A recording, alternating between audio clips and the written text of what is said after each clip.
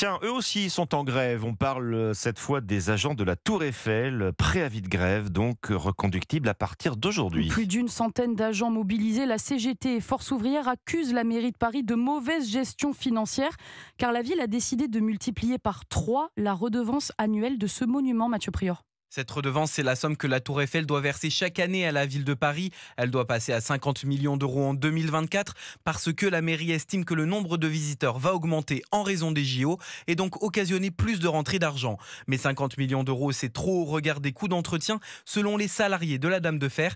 Denis Vavassori est délégué CGT. Si Gustave Eiffel voyait le monument, l'état de sa tour Eiffel, pour laquelle il s'est battu pour pas qu'elle soit détruite, je pense qu'il se retournerait dans sa tombe. Et le souci, c'est que si la mairie prend 50 millions d'euros et qu'on n'arrive pas à réaliser cette campagne de peinture, plus tous les autres travaux qui sont prévus derrière, on va mettre en péril la pérennisation du monument. Le conseiller LR de Paris dans l'opposition, Aurélien Véron, comprend cette mobilisation. Cette grève, c'est parce qu'ils ont l'impression que la mairie de Paris fait les poches de cette vieille dame. La Tour Eiffel est victime de cette course à l'accroissement des dépenses. La mairie de Paris va chercher dans les tiroirs de tout le monde ce qu'elle peut pour financer ses dépenses. La société d'exploitation de la Tour Eiffel n'a pas souhaité répondre. Des négociations sont en cours avec les grévistes, mais les responsables syndicaux se disent peu confiants pour l'instant pour trouver un accord. Mathieu Prior pour Europe 1.